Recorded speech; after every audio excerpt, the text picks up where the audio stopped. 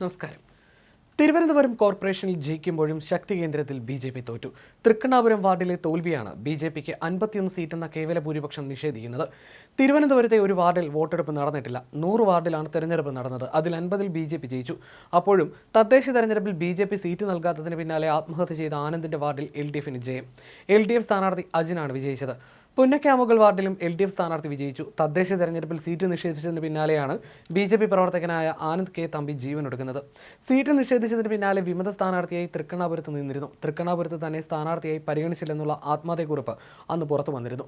സ്ഥാനാർത്ഥിയാകാനുള്ള താല്പര്യം നേതൃത്വത്തെ അറിയിച്ചിരുന്നുവെന്നും എന്നാൽ അവർ പരിഗണിച്ചില്ലെന്ന് ആനന്ദ് പറഞ്ഞിരുന്നു. തന്നെ അവഗണിച്ച് മണ്ണ് മാഫിയക്കാരനായ ആളെ സ്ഥാനാർത്ഥിയായി നിർത്തിയെന്നും അന്ന് ആത്മഹത്യക്കുറിപ്പിൽ പറഞ്ഞിരുന്നു.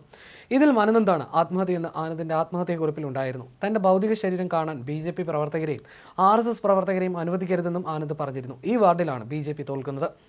തിരുമല അനിൽ എന്ന ബി.ജെ.പി നേതാവിന്റെ ആത്മഹത്യയും ഏറെ ചർച്ചയായിരുന്നു. തിരുമല വാർഡ് വനിതാ സംവരണമായി. ഇതോടെ തിരുമല അനിലും മത്സരിക്കാൻ ആഗ്രഹിച്ചിരുന്നത് തൃക്കണ്ണാപുരത്തായിരുന്നു. ഇതിനിടയിലാണ് അനിൽ ആത്മഹത്യ ചെയ്തത്. ഇതോടെ ആ വാർഡിൽ ആനന്ദ് മത്സരിക്കാൻ ആഗ്രഹിച്ചു. അതും നടന്നില്ല. 2 ആത്മഹത്യകളും ഉരുക്കുകോട്ടയെന്ന് ബി.ജെ.പിക്ക് കരുതിയ തൃക്കണ്ണാപുരത്ത് തോൽവിയായി മാറി.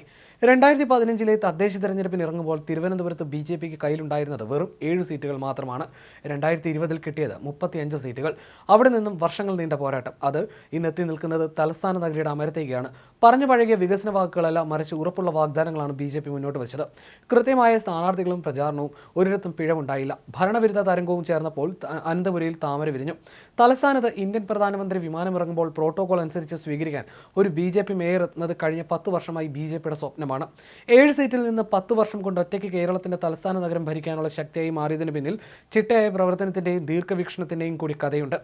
വിഴിഞ്ഞം തുറമുഖം, അനുബന്ധ വികസനം, തിരുവനന്തപുരം മെട്രോ റെയിൽ എന്നിങ്ങനെ നഗരവാസികളുടെ പൾസ് മനസ്സിലാക്കിയുള്ള പ്രചാരണമാണ് സംസ്ഥാന അധ്യക്ഷൻ രാജീവ് ചന്ദ്രശേഖറിന്റെ നേതൃത്വത്തിൽ ബി.ജെ.പി നടത്തിയത്. പ്രവർത്തന മികവും ജനപരിചയവും ഒത്തുചേർന്നവരെയാണ് ബി.ജെ.പി അംഗത്തിനിറക്കിയത്. ശ്രീലേഖയും വി രാജേഷും അടക്കമുള്ളവരെ ജനം നെഞ്ചേറ്റിയതോടെ 50 സീറ്റുകൾ എൻ.ഡി.എ കൈപ്പിടിയിലൊതുക്കി. അപ്പോഴും ശക്തി ദുർഗമായി തൃക്കണ്ണാപുരത്ത് അടിതെറ്റി. ഇതിന് കാരണം 2 ആത്മഹത്യകളുമാണ്. ഇതിനിടെ സഹകരണ ചതിയിൽ MS കുമാർ ചില വെളിപ്പെടുത്തലുകൾ നടത്തിയിരുന്നു. ഇതൊന്നും ബി.ജെ.പി മുന്നേറ്റത്തെ തടഞ്ഞില്ല. ബി.ജെ.പി ജയിക്കുമ്പോഴും പേട്ടയിൽ P. അശോക് കുമാർ തോറ്റു. CPM-ന്റെ ഉരുക്കുകോട്ട പിടിക്കാനായിരുന്നു പേട്ടയിൽ അശോക് കുമാറിന്റെ ദൗത്യം.